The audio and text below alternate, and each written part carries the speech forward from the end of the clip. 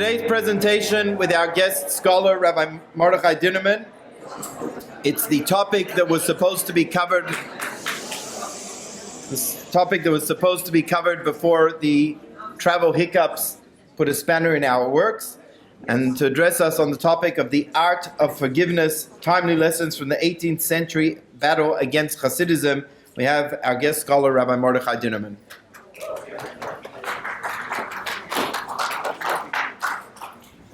Let's go back in time and remind ourselves of the scene of how things looked in Eastern Europe in the late 18th century. Because it's probably well known that there was a huge fight, dispute, divide in the Jewish community at the time.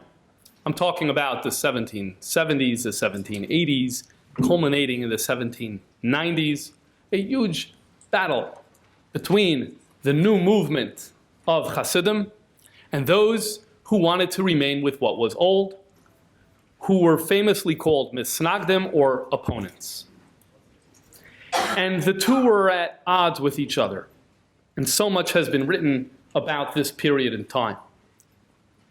Ultimately, one of the most famous Hasidic leaders who was living then, the Alter Rebbe, the first Rebbe of Chabad, well, someone wrote into the government, wrote to the Tsar, that he is leading a rebellion and that he has began a new sect that has no permission. Jews needed explicit permission to be able to live in Russia. Well, they're a new religion that has no rights to actually exist in Russia.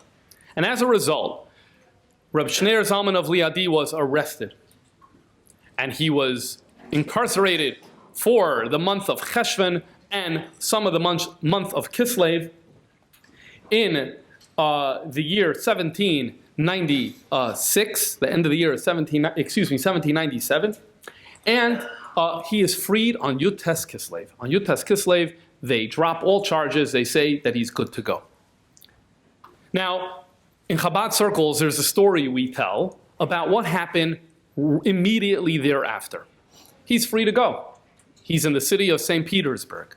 There aren't many Jews who are in St. Petersburg because it was outside the pale of settlements. Jews didn't have the right to live there. You needed a special permit to live in St. Petersburg.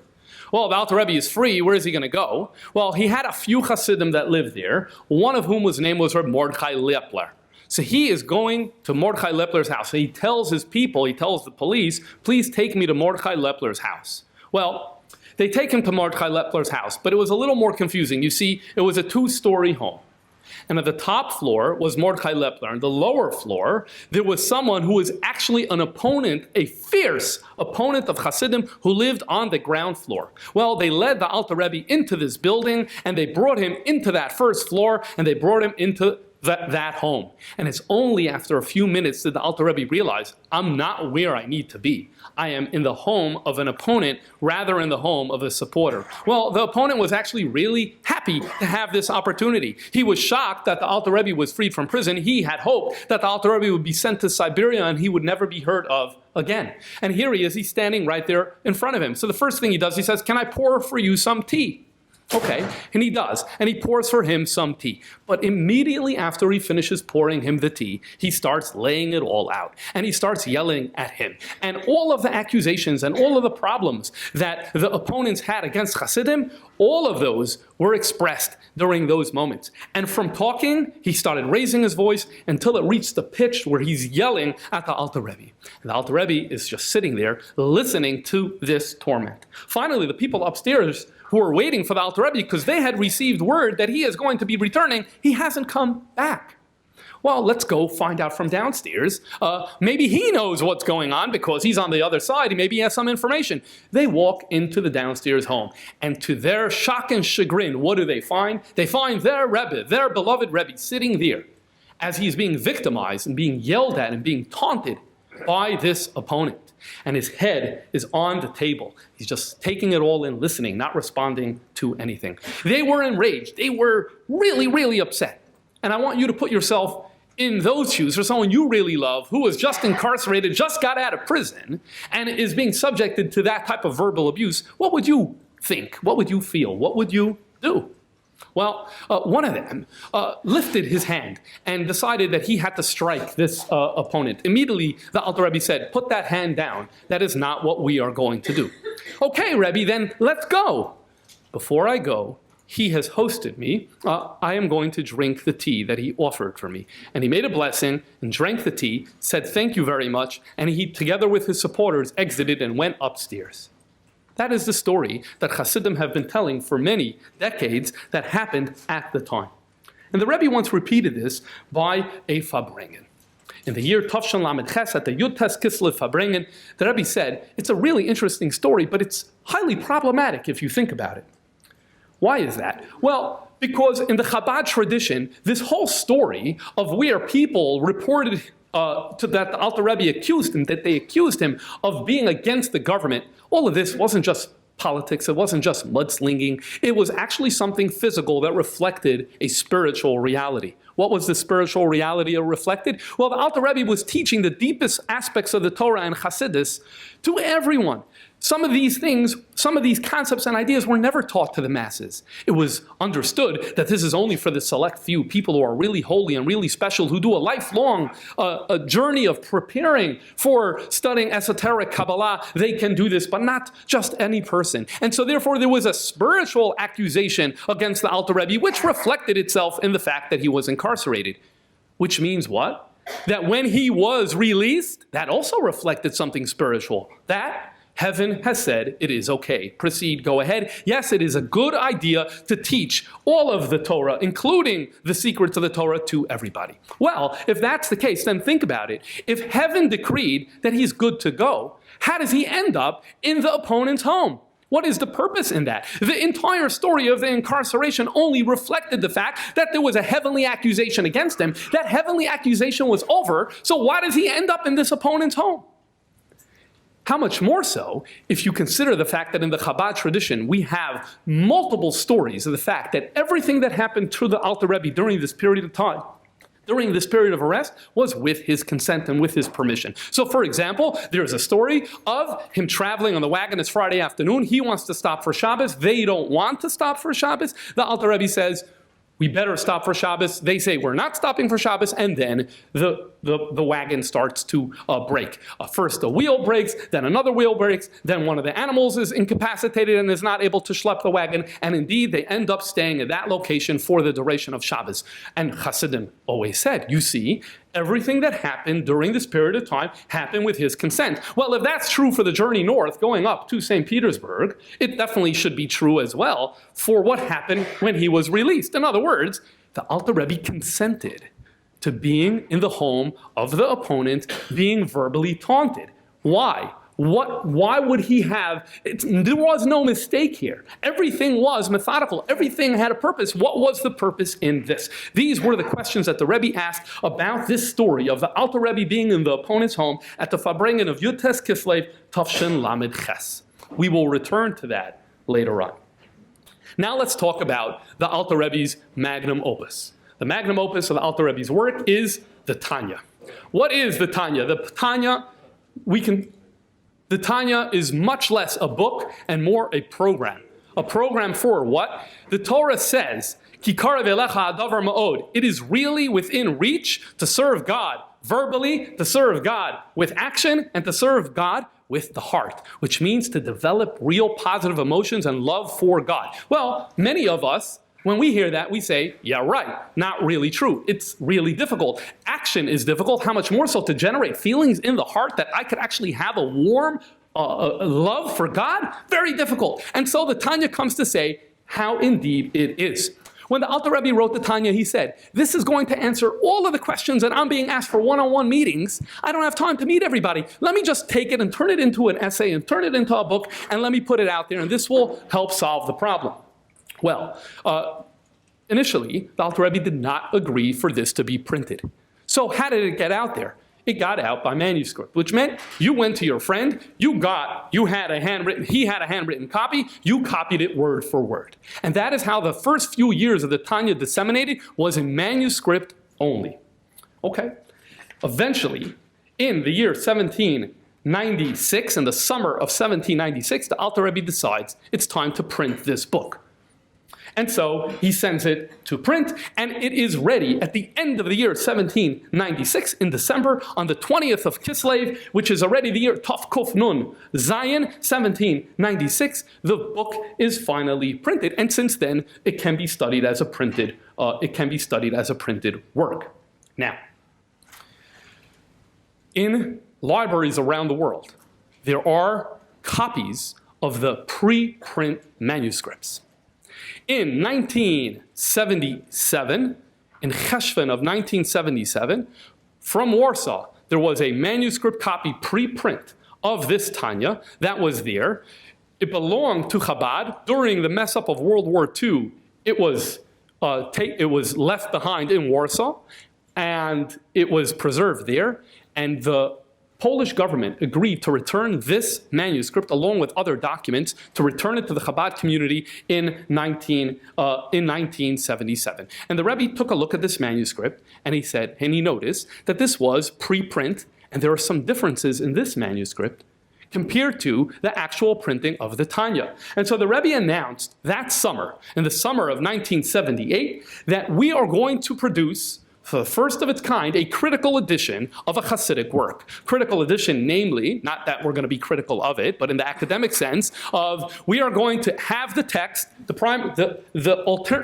alternate readings of this manuscript compared to the actual text of the Tanya that we have, and discuss why do we have these alternate meetings. And it wasn't just this copy that came from Warsaw in 1977, but there were another few copies of manuscripts that were located in the library in New York, one in the British Museum. Altogether, we were dealing here with 7 different manuscripts from sometime in the 1790s before the print of the Tanya, each one with their own minor differences, and this is the work that the Rebbe announced he wants to print. He actually announced, anyone who feels that they're going to be good at critical scholarship, please come forward so we can put this out. Why is it important? Because when we look at the differences, we will be able to learn a lot.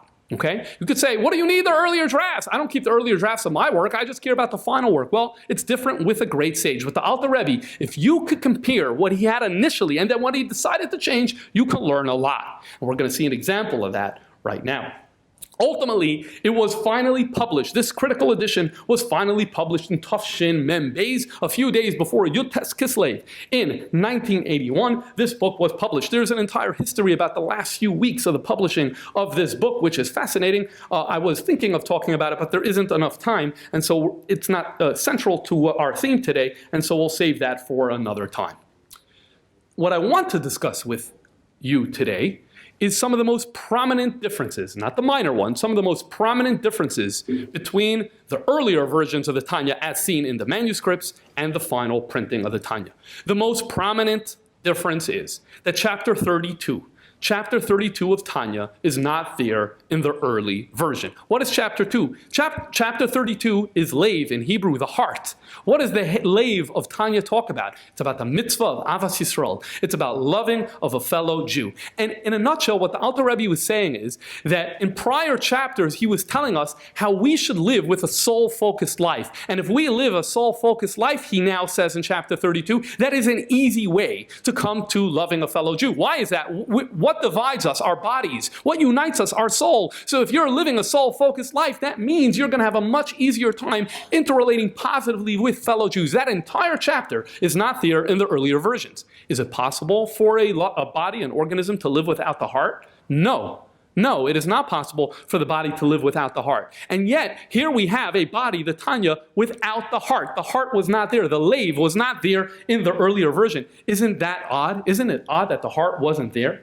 But that's not the only chapter that's missing. The second prominent difference I want to talk about today is the 30th chapter of Tanya. The 30th chapter of Tanya discusses the following.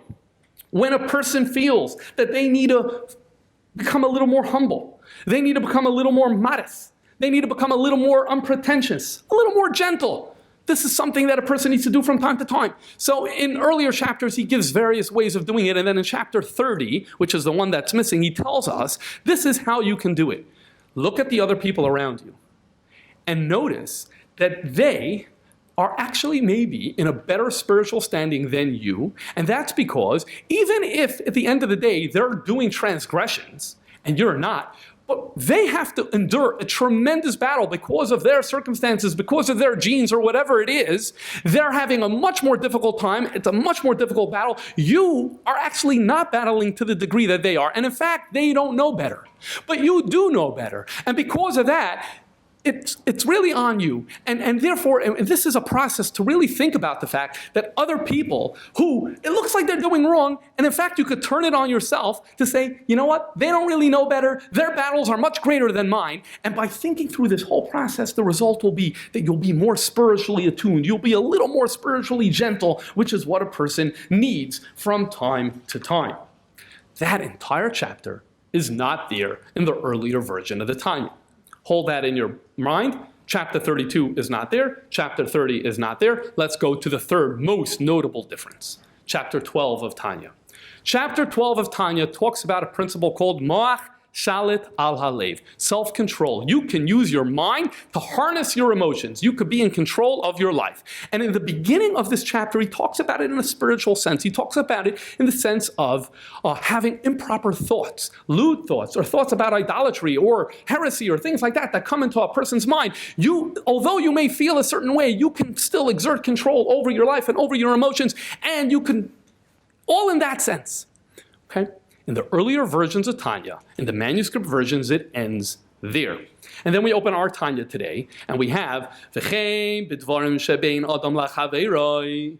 Likewise, when it comes to matters, interpersonal relationships between people, when a person has a machsheve sina, which is a thought of hate, or kina, jealousy, kas, anger, kapeda, annoyance, here too the principle of moach shalit is true. You have the ability to say, I will not be angry. I will not take revenge. I will not bear a grudge, because that's how you feel emotionally. But guess what? Moach shalit al halev. The brain can remain in control, and you do not have to be a victim in that way to your emotions. You can control your emotions. Then he goes on to say, and in fact, not only don't you have to be angry, you could actually respond to that person with kindness, with gentleness, with a hug, with giving, with generosity. And where do we see that in the Torah, he says? The story that we've been reading over the last few weeks about Yosef and his brothers. Look what they did to him. They threw him in a pit and left him there to die.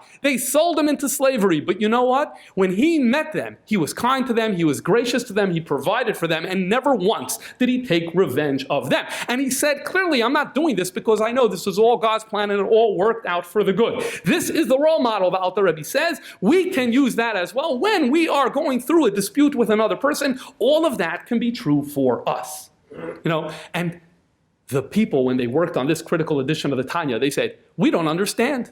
We don't understand. Why indeed did the Alter Rebbe have to add the principle of Moach Shalit, that the mind can remain in control? Why did he need to add that for interpersonal relationships? Obviously, the rule is true for everything. It's true for Shabbos. It's true for Kashrus. It's true for every single mitzvah, including Ben Adam Lachaverei. And so if you look at this critical edition of the Tanya, you'll see that in a footnote they say, the earlier versions only speak about man and God, does not speak about interpersonal relationships, and that's all it discusses, the concept of Moach Shalit al halev, and we do not understand why the Alter Rebbe felt the need to add this into the end of chapter 12. So, in summary, there are three major sections of Tanya that were not there in the early version. Chapter 32, all about Avas Yisrael, loving a fellow Jew. Chapter 30, all about looking at that other person and in fact elevating them, judging them favorably to reach a place where you become more humble. And the end of chapter 12, talking about the principle of Moach Shalit al halev,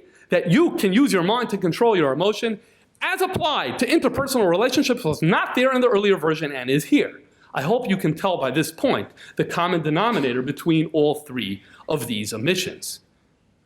They are all interpersonal relationships. They're all about dealing with another human being. And that's fascinating. And that asks us to pause. And that asks us to say, what is going on over here? What happened that in an earlier version of Tanya, We didn't have a focus on interpersonal at all in these three areas. And then in the later edition, where he actually goes and prints this work, in 3 separate occasions and places, he's writing about interpersonal relationships with other people. That's definitely something that is necessary for us to study and examine.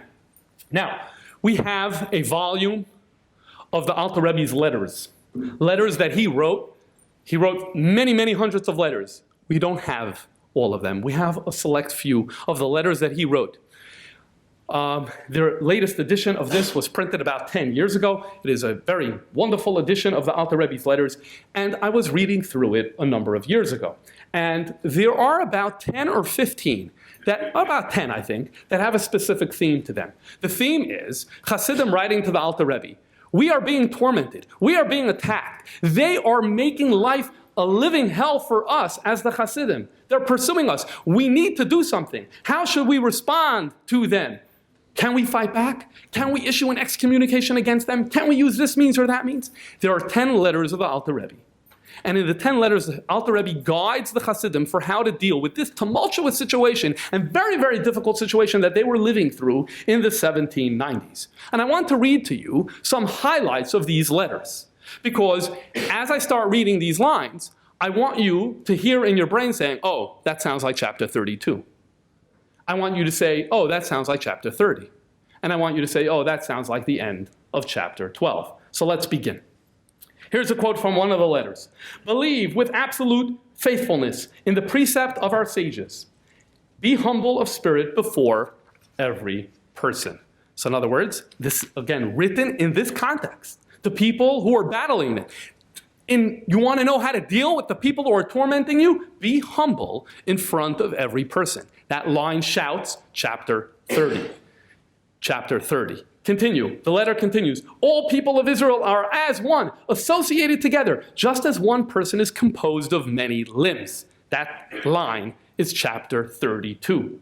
Next, none of you should consider in your hearts what is evil to another. Such consideration should never rise in the heart, and if it does, push it away like an idolatrous thought. That's chapter 12. That's chapter 12, where he beginning was talking about an idolatrous thought, and he said you could push it away, and now he says same thing applies to thinking about another person. This letter has all three. I want to really make the case. I need to bring a few witnesses. So let me call another witness to the stand. Another quote from a letter. Do not become haughty-minded in relation to your brethren. Do not speak defiantly against them or hiss at them. Heaven forfend. Rather, you are to subdue your spirit and heart before everyone. That is chapter 30. And he continues, he quotes a verse from Proverbs. A soft answer turns away anger. In other words, though they're exuding anger to you, you respond with a soft answer. That's chapter 12.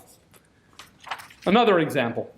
There was a situation in where the Alter Rebbe got word that there were a few Hasidim who gathered together one evening. And again, when you're persecuted, it's not easy. So we're not going to judge them. But what they did do at the time is they started mocking the Torah scholars. The Torah scholars who were their opponents, they started mocking them. What they said, we don't know. But the Alter Rebbe heard about this, and he wrote them a reprimand. And in this reprimand, it says, you have chosen a crooked path. This is the opposite of what we were taught by our teachers, meaning the Baal Shem Tov and the other rabbis. Before, the Alter Rebbe did not teach us to respond in this way. The very first thing that we need to know is that we need to be the students of Abraham, our forefather, who had a gentle spirit, a humble spirit, a modest spirit, bifnei kol adam mamish, in front of everyone, including them. Now, when you go and say, oh, he thinks he's a Torah scholar, but really he is not because of this and that, is that a humble spirit? Is that a modest spirit? No, to the contrary. This letter is screaming, Perek Lamed of Tanya. It is yelling at you that I am the 30th chapter of Tanya. Another letter that is printed. This one, Alter Rebbe says, I want to awaken in all of you a love for each of our fellow Jews, even if they are not from our crew, meaning even if they're not part of the Hasidim. And even though sometimes they spoke negatively about us, and in fact, they disparaged the great holy tzaddikim like the Baal Shem Tov, forgive it.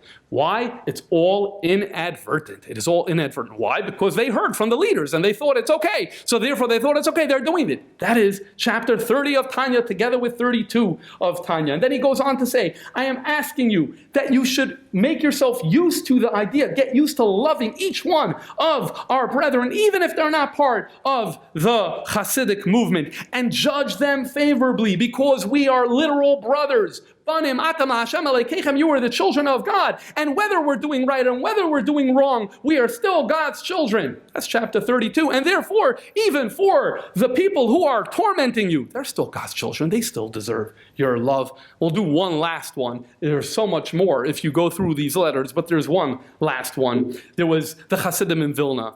At a certain point said, we've had it. We cannot take this anymore. We need to engage in some sort of retribution because we cannot just lie down here and be victims again and again and again.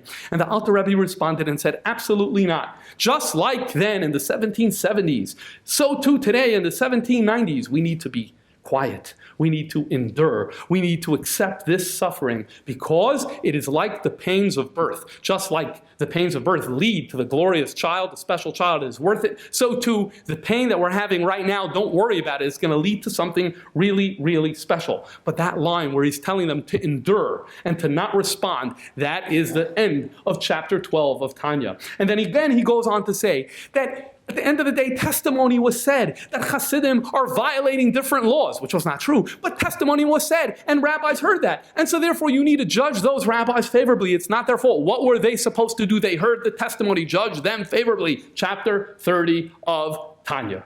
We can go on and on and on, but I think you'll understand the point. So what happened here? What seems to have happened here, perhaps we can suggest, the Alter Rebbe issues the first version of Tanya. And he lays out his principles there. And everything is there. And I asked before, how can you have a book without the heart? The answer is, you actually have the heart in all of the Tanya. Why is that? Because the Tanya is speaking about making the soul primary. Chapter 32 of Tanya did not introduce one new idea. He's just saying, based on everything that I was telling you, how making your life, your soul primary, now you're going to be able to successfully execute Avas Yisrael. He didn't teach anything new. He just said, based on what I said till now, making the soul primary, you're going to be able to do this mitzvah. So there's nothing missing in Tanya. It's all there. It's all there. And that's how the Alter Rebbe produces the book. He teaches you about Moach Shalat Alev. But he doesn't think he needs to tease it out for every single scenario and every single case. I'll give you the principle. Figure it out on your own. Okay, well, then the Alter Rebbe observed the reality. And it seems to me that the Alter Rebbe saw Chassidim who excelled in prayer, who excelled in controlling their mind when it came to thoughts that were improper. But at the same time, it was so challenging for them to have a relationship with another person. That was something that was very, very difficult. And although it happened in the realm of their service, their relationship with God was rising, rising, rising. Correspondingly, we did not have a corresponding benefit between one person and another person. And so the Alter Rebbe realizes it's not automatic. There is no automatic transfer. We are good at dealing with how we various issues in life. Bein Adam Lamakom, with us and God, it does not necessarily translate to how we're going to interrelate to another person. It's a different nisayon. It's a different test. Success in one does not necessarily mean the second one. And so therefore the Alter Rebbe says, you know what? I am going to have to take that extra time and add this material into Tanya, showing people how Moach Shalat Alev is not only to overcome a heretical thought and a lewd thought, but also a thought of hate against another human being. And I'm going to have to show that there's different ways of making yourself feel modest. But one of those ways, and that he did in chapter 29, but now I'm going to tell you a new way how to feel modest, and that is to judge the other person favorably and to be a little harsher on yourself. And I'm going to have to tease out an entire new chapter of Tanya that's all going to be about the importance of loving a fellow Jew, although it's the same principle of soul primary and body secondary, but at the end of the day, I need to tease it out. I need to explain how it works because I see the struggle. And so therefore, if we're looking for a lesson, and we should be looking for a lesson, number one, it is worth noting the concept, these three concepts. I can be, and I'm sure all of us can be better at using our mind to be better, similar to Joseph, to rein in our emotions and to calm down on those feelings of jealousy and resentment that we sometimes have. And I can definitely do a better job at judging other people favorably and using harsh judgment to judge myself to spur me to greater growth and to feel somewhat modest. And definitely, I could be better at the theme of chapter 32 in Tanya in promoting Avas Yisrael.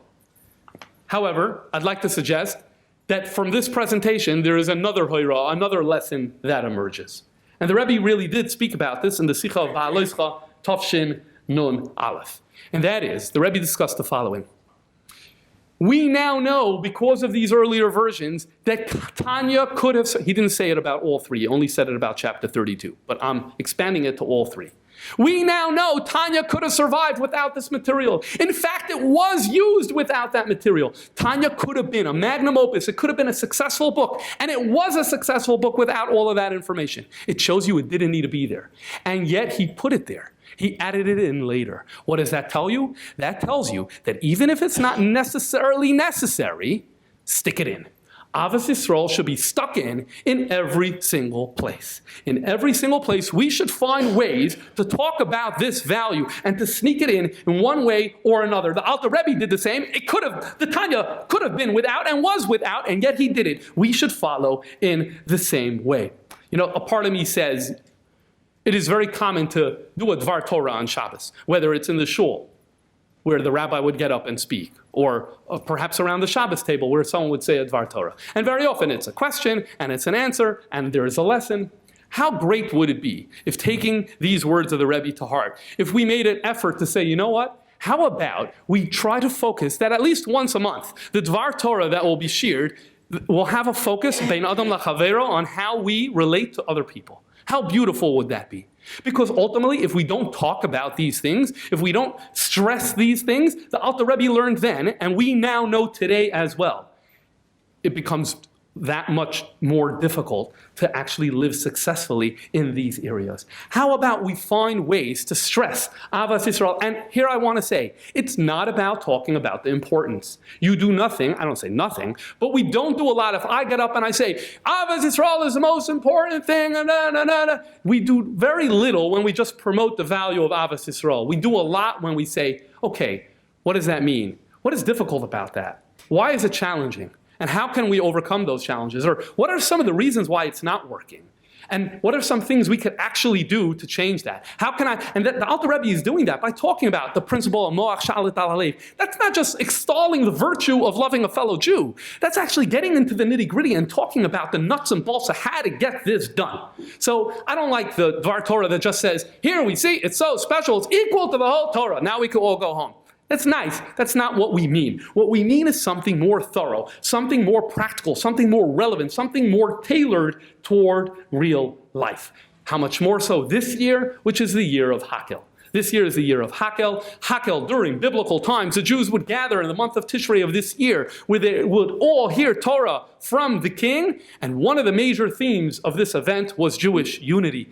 How important it is that we think about that this specific year. Now, I went a long while without saying a story, and I feel like I have a whole bunch in me that I need to give you, so now is going to be the time. And the reason for that is because Chasidim, there were some Chasidim who really excelled in their Avas Yisrael in very real ways. And I'm not going to tell you a story of the person whose life was in danger, and so someone put everything aside in order to save that other person. Those are very important, but I want something that's a little more subtle, more connected to real life. So I'm going to choose to repeat a few stories that I heard in the name of one of the great Chasidim of the previous generation, Rev Mendel Futterfass. And these stories, I believe almost all of them, I heard from Rabbi Shmuel Lu, who is the Shliach of the Rebbe in London. Rev Mendel Futterfass said as follows, story number one. I work very hard, and often I'm tired. And I fall asleep before I manage to say the Krishma, the reading of Shema that is appropriate to say on one's bed. I fall asleep before I manage to say the Kriyat Shema. However, I never fell asleep before I said the paragraph that precedes that, Hareini moichel l'chol mi shehichis, that I forgive any person who upset me. This was something that was really important for him on a very basic level. There are people who hurt us in life. It happens. It's a real thing. And For him, it was really important never to go to sleep. Even if he was going to fall asleep before saying, V'ahavta es Hashem Elokecha, you shall love God. But he would not let himself fall asleep before he said, I forgive. Number 2, he once said that in the Gulag, when he was arrested by the Russians for helping Jews flee the prison that was the Soviet Union, he was arrested. He felt really bad that he did not have the opportunity, he was not with fellow Jews, he did not have the opportunity to fulfill the mitzvah of Avas Yisrael. Think about that. Someone who is bothered by the fact that he does not have the ability to fulfill the mitzvah of Avas Yisrael. So what did he do? He said, every day he took a few minutes to think about a childhood friend and to contemplate their goodness, the things that he liked about them, their strengths and their virtues. What a beautiful idea. Imagine we did that. Imagine we took some time to think about or speak about the strengths and virtues in others. Now, another story I'd like to share that I think is quite telling, quite meaningful. For the last year of his life, he lived in London. And there are many people who went by to visit with him. So one Shabbos, there was a Farbrengen in Shul, and someone said a story, I don't know what the story was. And there were Rabbi Shmuel Lu heard the story, said, hey, Reb Mendel would really like to hear that story. I'm going to, on the way home, pass by the house where he's staying, and I will tell him the story. And he did that. Reb Mendel, good Shabbos. Where are you coming from? From Shul. What did you hear? Oh, I heard this fabulous story. I need to tell you. And he told him the story. Reb Mendel was very appreciative of the story, and they parted. Reb Shmuel Lu went home. A few minutes later, there was a knock on the door, and Professor Tali Lowenthal showed up. Reb Mendel, I heard a wonderful story in Shul just now. You need to hear this story.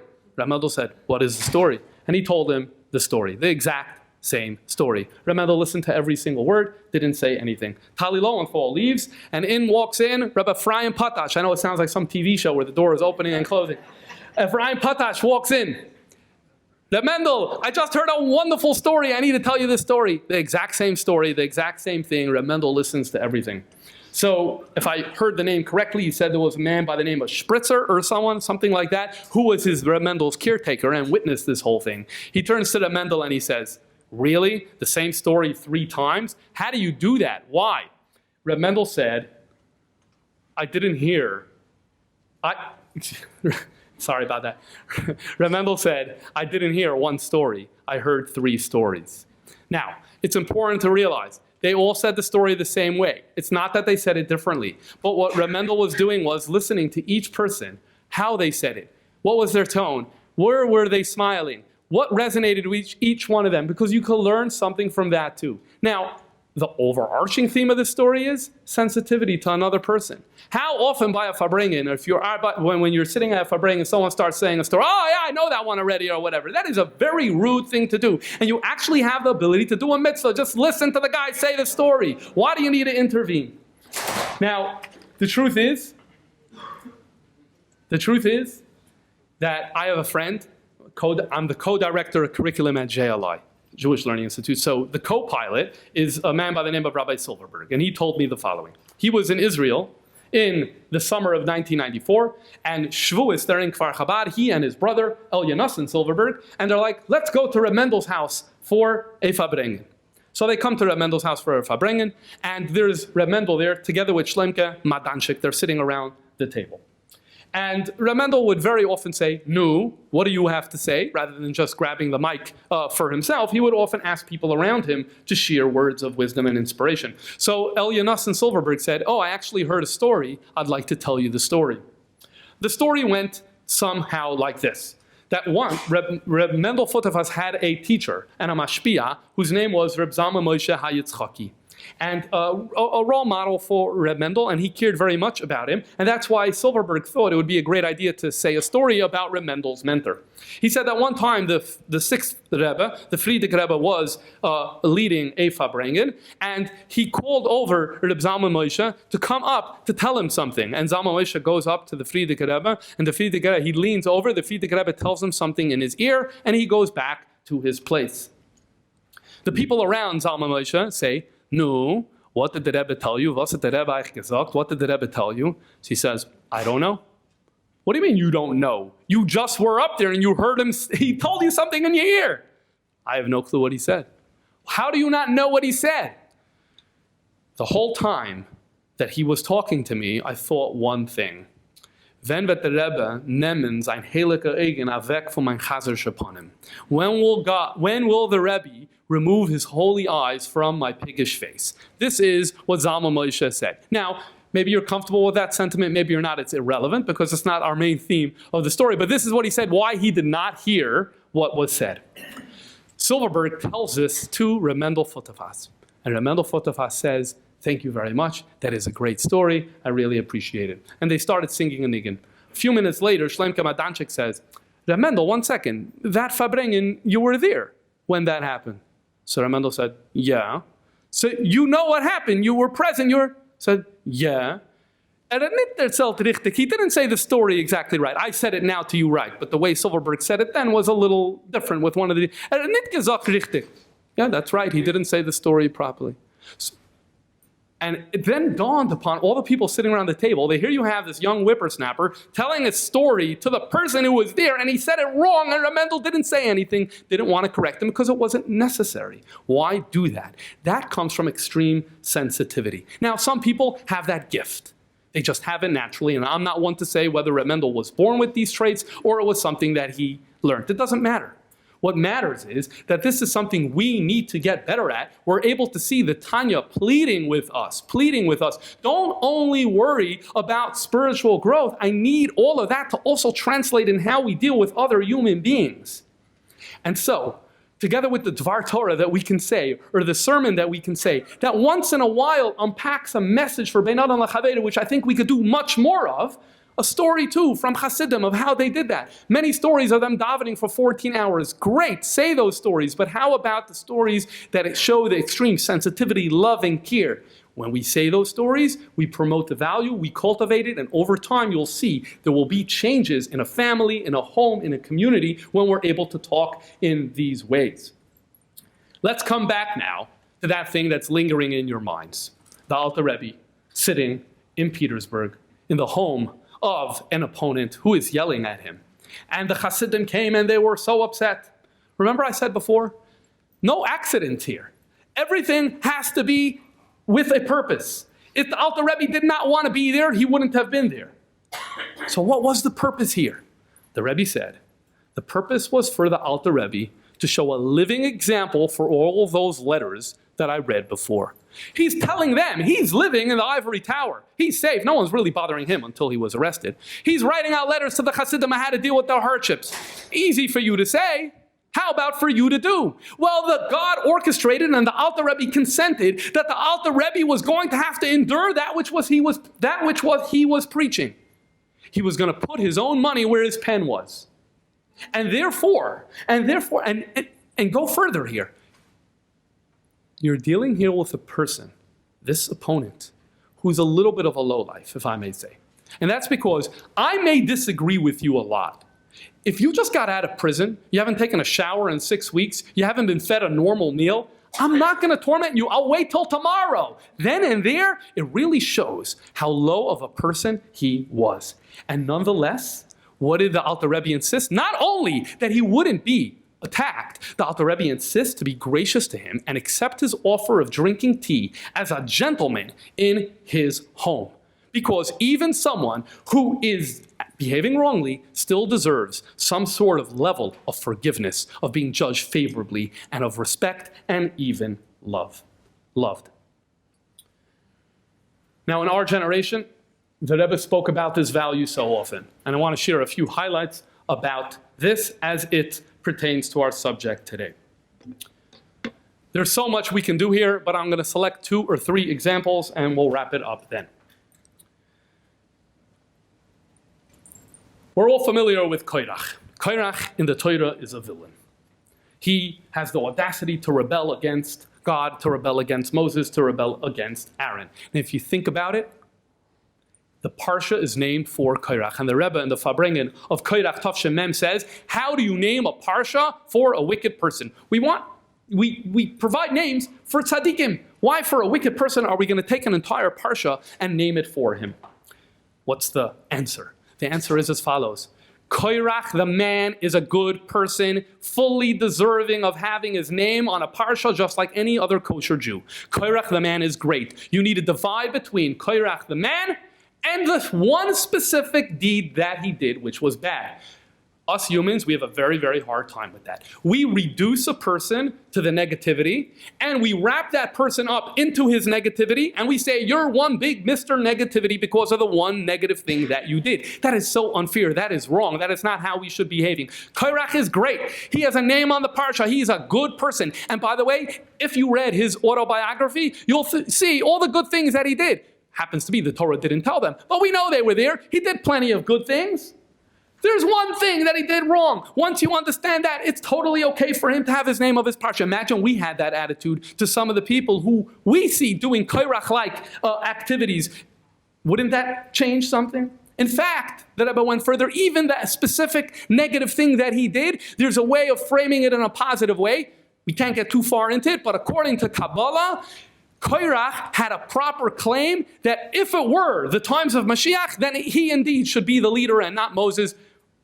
Again, we don't need to get into that. But the bottom line is, the one step is separating the person from the negative action. The second step is even looking at the negative action and saying, I can spin it in some sort of positive way, which is why he's deserving of having the name of the parsha after him. What is the lesson? The Rebbe did explain, did extrapolate. It's not just a Dvar Torah. He said, this means that we should have the same attitude for our fellow Jews. And then the Sikha concluded. And, as you know, after the Rebbe finished the talk, what happened? We start singing a niggin. And so what niggin did? The people start singing. So I've been singing the last few days. The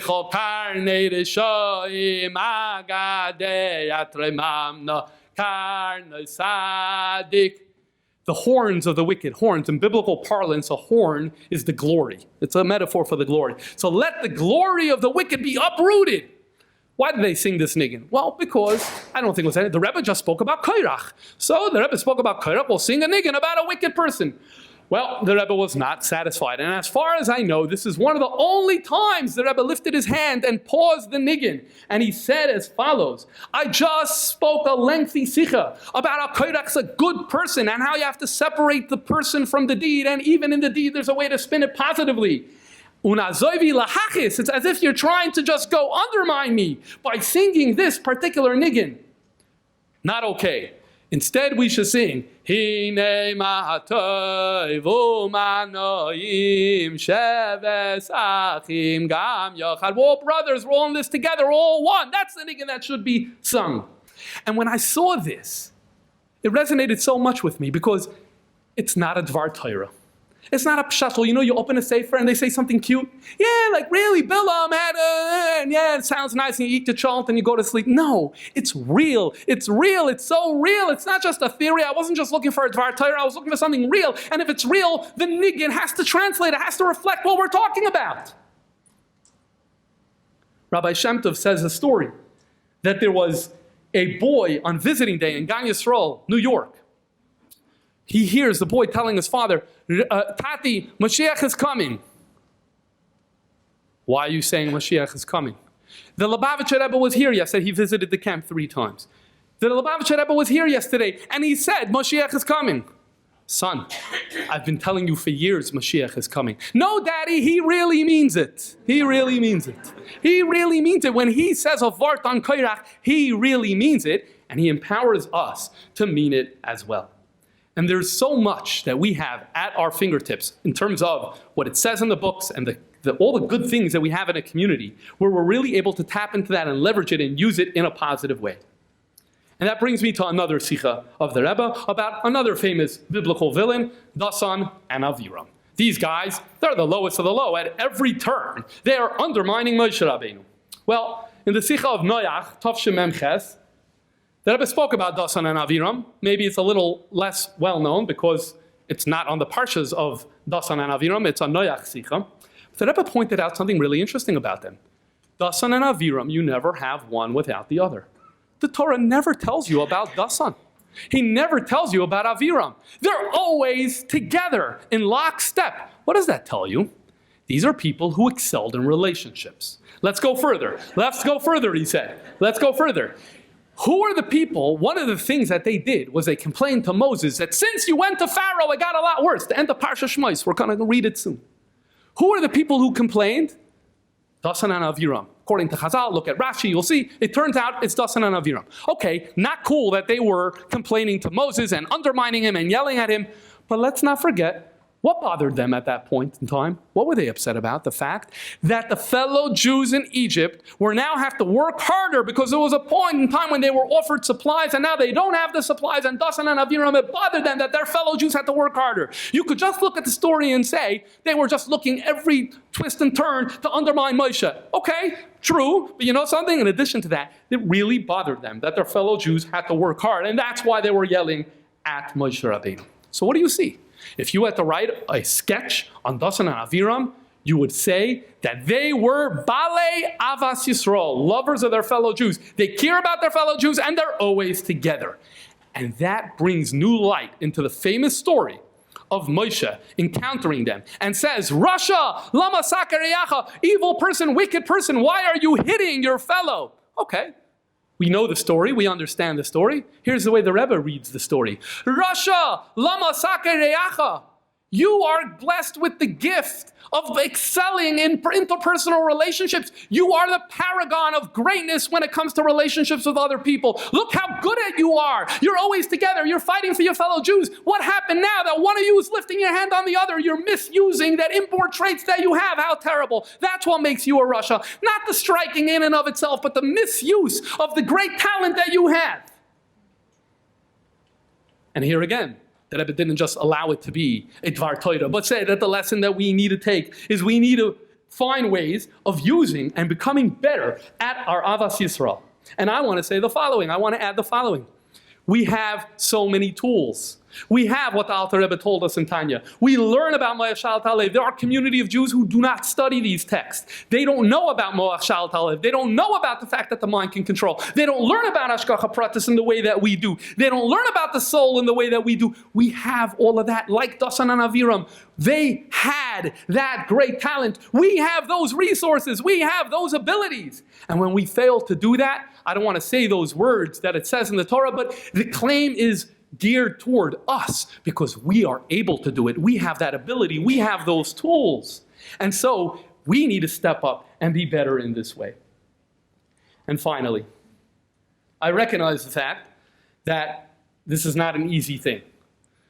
And a lot of it has to do with personality. And I'll be honest, I don't know for myself how much of this is easy for me. I think a lot of it is not so compatible with my personality. So, and I think the same would probably be the same for many in this room today. And so, I want to conclude with the following. There is a pasuk in the end of Sefer Vayikra, a really difficult passage in the Torah, where it has all of the teichacha, those verses of curses, of all the negative things that are going to happen if we fail to follow in God's ways. One of those verses, after it describes us going into exile, says, nonetheless, va'afgam zois, v'hiyoisam be'eretz oiveyam, when you are going to be in the lands of your enemies who've exiled you, nonetheless, loy ma'astim, God will not be disgusted by us. V'loy ga'altim licha loisam. God will not reject the Jewish people to annihilate them. Licha loisam means to annihilate. God will not allow licha loisam for them to be annihilated. Okay, that's some words of comfort, maybe cold comfort, but it's words of comfort that we get at the end of that difficult passage in the Torah. The word licha loisam can be spelled in two ways. The traditional way of spelling it would be Lamed Chaf, Lamed Vav, Saf Mem, which would be Lecha Loisam with that Vav. However, when you open a Torah scroll, you'll notice that it's not spelled with the Vav. It is spelled Lamed Chaf, Lamed Saf Mem, which means that if you read it, you can read it not Lecha Losam to annihilate them, Lecha Losam their bride. So now the word from annihilate turned into the word bride. What does bride have to do with anything? So there was the great Tanya Rabbi Shimon bar Yarchei. He had a son named Rabbi Elazar. And Rabbi Elazar said in the Zohar a beautiful mashal. You know, there's the part of town we always avoid. In the ancient world, it was the tanneries, where they would work on hides. You don't want to be there. It really stunk. Everyone did everything to avoid that part of town. Well, one day there is a man who falls in love with a woman whose apartment is in the market of the tannery. If she is not there, he said, he's not going there. He avoids it like the plague. But once she is there, he goes there. And not only he goes there, he feels like he's walking into a market full of spices when he goes to visit her with all of the wonderful smells that exist in the world. This is what Rabbi Lazar, the son of Reb Shimon, said. What does it have to do with the verse? Because there's something similar with God. Although God sent us into exile, although God is unhappy with us and somewhat rejected us, but at the end of the day, we remain his bride. And so therefore, even here, God is happy to come to visit us and to be with us. And it's not a tannery, it's great smells. And so therefore, he builds up the words of comfort. It's no longer you won't be annihilated. It's actually now God still loves you. Just like that man loves the woman. Okay, present at this speech, again, it's recited by Rabbi Lazar bar Reb Shimon, the son of Reb Shimon bar Yarchei. Present at this speech was another great rabbi whose name was Rabbi Yossi. And Rabbi Yossi hears this and goes, wow, unbelievable, what a vart, powerful, amazing, he is blown away. And then he goes on and quotes a verse from Malachi, which says, a child honors his parent, and says, what an honor you've just brought to your father, Reb Shimon bar Yochai. By you saying this beautiful, wonderful vart, you brought a tremendous kibbud aim to your father, to Reb Shimon bar Yochai. Okay. At a Fabrengen in Tafshin Mem, the Rebbe quoted this whole thing and said, why is Rabbi Yossi getting so giddy? Why is he getting so excited? Throughout his life, he heard thousands and thousands of Torah concepts. And from this same man, he heard many other Torah concepts as well. And this is the only one where he's blown away. Wow, what an amazing idea. And this is the only one where he says, you brought glory to your father. What about the many, many pages and other lectures and speeches that he gave? Those didn't bring glory to his father. Dafka this one, specifically this one brought glory to his father. Why is that? The Rebbe explained that if we look at the bio of Rabbi Lazar bar Reb Shimon versus his father, we'll understand. Rabbi Lazar bar Reb Shimon is famous for two very interesting stories in the Talmud. One, there's the cave story, where he, together with his father, are locked away in a cave for a number of years. When they finally come out, and due to persecution, they had to be there. When they finally come out of the cave, Rabbi Lazar bar Reb Shimon is so upset at seeing people work for a living. To him, you only pray, you only study, and God will take care of the rest. He expected spiritual excellence. He did not tolerate people. The regular way of life, he did not tolerate. He did not see any beauty, anything nice in someone who woke up in the morning, davened with a minyan, and then went to work. He did not, and to see anything valid in that. So much so that the Talmud says that he would use his eyes to destroy the scenes of such people, which presumably means that this was something he wanted eradicated from the world. He didn't want to see any of this. It's his father, Reb Shimon bar Yochai, who said, calm down, son. Calm down, son. Yes, there is a way of serving God and where you're completely dedicated and loyal, but this is another way. There is another way of doing that. Hold that story in your mind. Let's go to another story. This Gemara in Baba Metzia says as follows. There was once a time that Rabbi Lazar bar Reb Shimon was essentially cooperating with the Roman police to find thieves in the Jewish community and to hand them over to be persecuted by the Roman authorities. Some of the fellow rabbis disagreed with him and thought this was a terrible idea because of the sentences that were being handed out at the time, which were extremely harsh. And they called him Chometz ben Yayin. You are vinegar, the son of wine. Your father was Reb Shimon ben Yochai. He was a somebody. You're a nobody. You're a lowlife. You're vinegar, the son of wine, because look what you're doing. And he responded, I am tending to God's garden. I am cutting out the thorns from God's garden. These people are thorns, and I'm getting rid of them. I am merely eradicating thorns of Hashem's vineyard. What do we see from these two stories? If you had to write the profile for Rabbi Lazar bar Reb Shimon, what type of person is he? Is he very forgiving? Is he one who sees value in every type of Jew and every type of Jewish life? Absolutely not. When he sees a Maisa, an Aveira, when he sees a negative action, he says, let's go in and crush that person. That's his attitude. When he sees someone who's not at the highest standing of spirituality, that person deserves to be erased. That's his attitude. That was his inborn attitude. And then what happened? What happened was, One day he said, you know something? I know I was born with certain traits and a certain personality. And I know certain attitudes that I have are more natural to me, and that's that. I'm not locked into that. I can transcend that. My father was more forgiving. My father was more loving. And it was that day that he said, even when the Jewish people are in Golus, even when they are in a terrible state, lichalasam, they are still God's bride. Who said this? Rabbi Elazar ben Shimon said it. That's not natural to him. What happened here? Oh, he took his father's attitude, which was not natural to him, but he took it and he embraced it and he worked toward getting there. And he said, I am going to embrace that as my own. So Rabbi Yossi is sitting there and he goes, wow, what an amazing thing. I heard so much Torah from you. But all of that was just your wisdom. All of that was just your personality. You know what I heard now? I heard you transcend yourself. I heard you find this beautiful idea of love, of finding the value in every single Jew. And I know it doesn't come natural to you. I know you have to suspend yourself to get there. Ben yechabed av. This is kibud av. This is you putting yourself away and your viewpoints away to adopt of your father. This is the emes kibud av. When we grow out of our immaturity, when we move past of our vindictiveness, and we transcend that, and we go to that better place that our father taught us, that's ben yechabed av. This is a summary of what the Rebbe spoke that. Tafshin Mem. And I think this is so much here for us. We also have a father. The Rebbe is our father.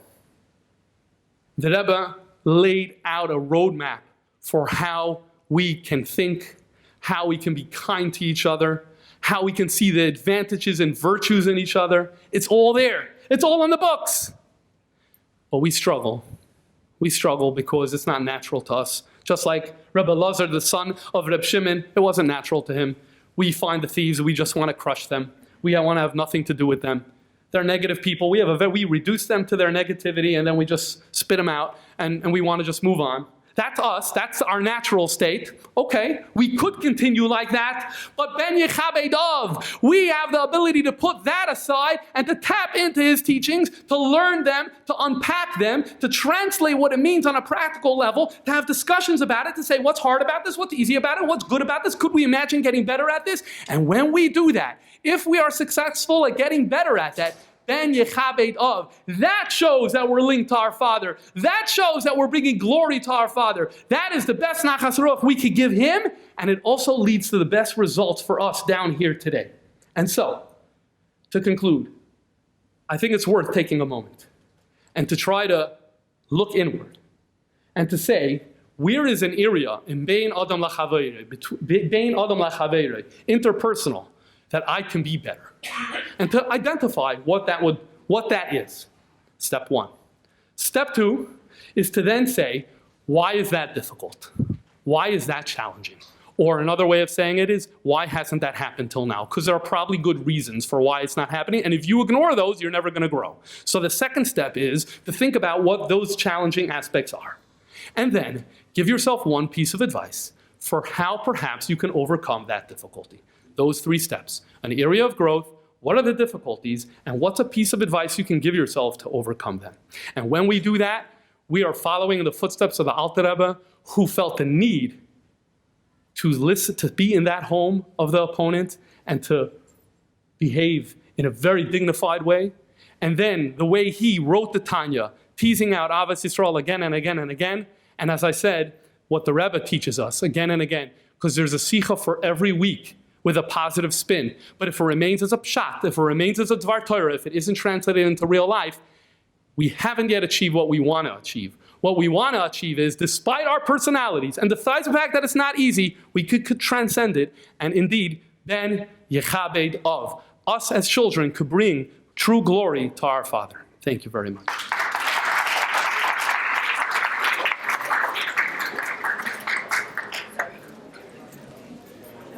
Yashar Koyach, Rabbi Dinerman, thank you for that presentation and making it something which is very practical and steps that we can do to take it and to apply it in our own lives.